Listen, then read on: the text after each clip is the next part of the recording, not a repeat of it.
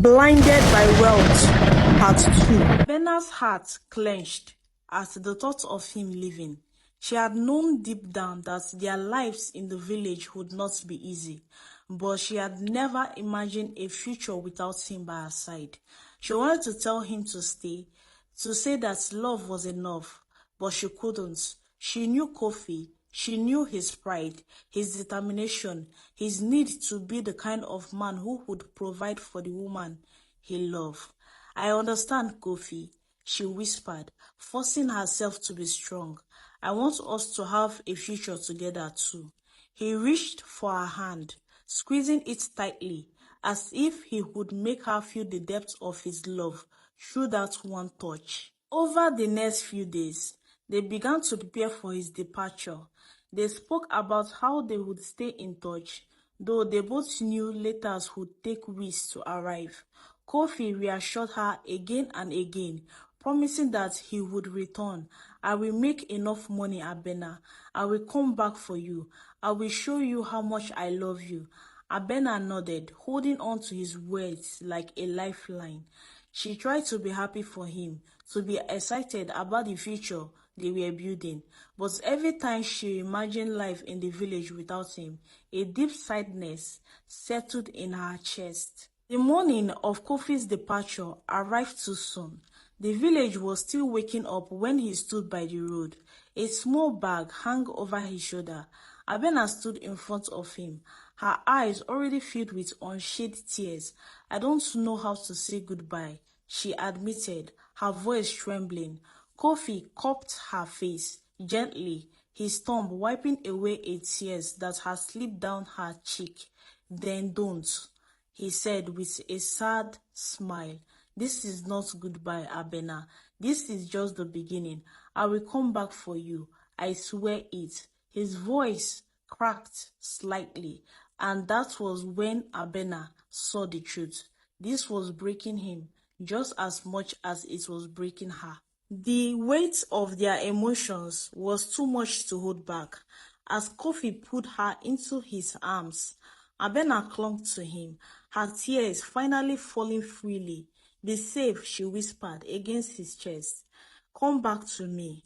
He held her tighter, pressing a kiss to the top of her head. "Always," he murmured.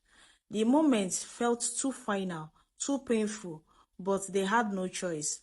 Love demanded sacrifice, and this was theirs. As Kofi finally stepped back, he reached into his pocket and pulled out a small wooden pendant he had carved for her. "Keep this with you," he said, placing it on her palm, "so you never forget that my heart belongs to you."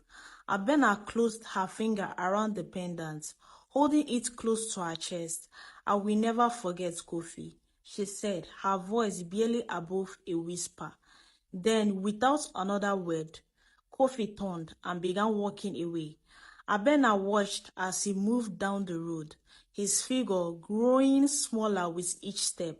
She wanted to run after him, to call his name, to tell him to stay, but she didn't. She stood there, her heart heavy with love and sorrow, watching until he disappeared into the horizon. The village was silent around her, but inside, her emotions rolled like a storm. She had never felt so alone, yet so certain of anything in her life. Kofi had left, but his promise remained, and so she would wait. No matter how long it took, she would wait for the man who had stolen her heart. The wind blew gently, rustling the trees, as if whispering secrets only she could hear. Abena took a deep breath, wiping away the last of her tears. She turned back towards the village, clutching the wooden pendant in her hands. No matter how uncertain the future was, she had to believe in their love, because sometimes love was worth waiting for. At first, Abena tried to hold on to hope. She kept waiting for Kofi's letter or any news of him. She believed his promise that he would come back, that their love would survive the distance. Every day she looked for any sign, any small letter or messages, but none came. Weeks turned into months, and still there was nothing. Her heart ached with each passing day, but she told herself that it was only a matter of time before Kofi returned, just like he promised. Each day felt like an eternity, but she clung to the hope that their love would overcome everything.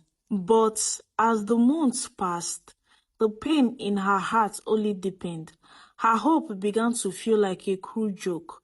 The silence from Kofi was unbearable, and Abena's thoughts became filled with doubt. Was he still thinking about her? Was he still planning to come back? Or had he forgotten her? She couldn't understand why he hadn't written or sent a word.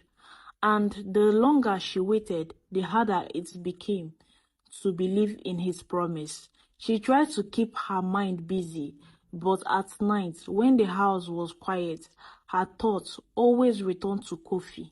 The hardship came slowly at first, but soon it was undeniable.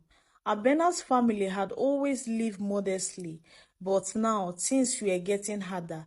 Her father, once the strong and reliable head of the household, had become ill. It started as a small cough, but over time it worsened, leaving him too weak to walk. The medical bill piled up, and Abena watched helplessly as their savings ran dry. There were days when they didn't even have enough to eat, and Abena's mother grew more worried with each passing day. They had to cut down on everything: food, clothes, and even firewood, but still, they couldn't seem to make ends meet. Abena took on more work to help.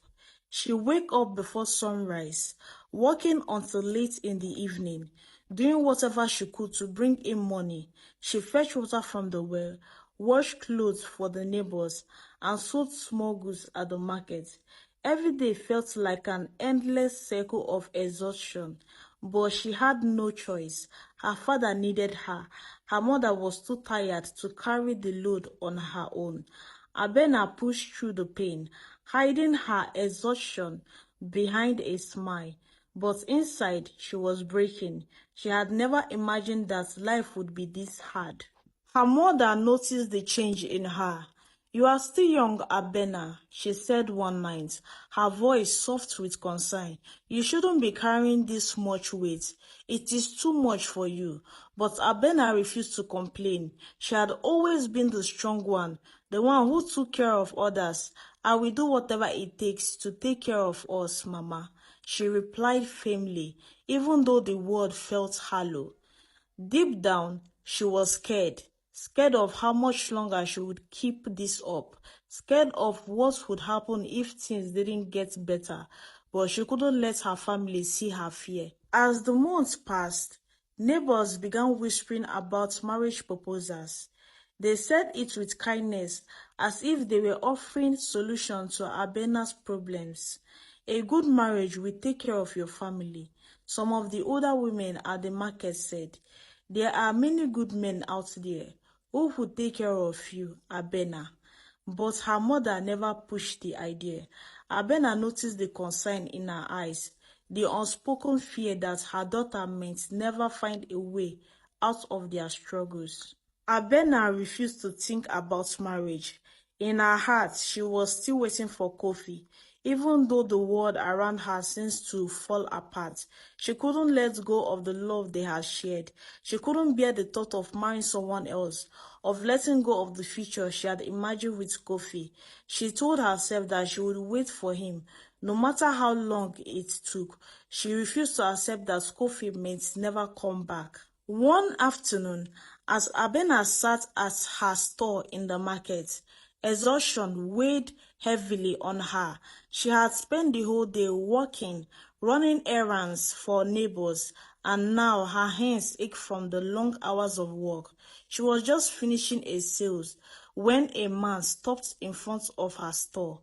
He was dressed in fine clothes, his jewelry glimmering in the sunlight. He looked out of place in the village, and his presence immediately made her uncomfortable.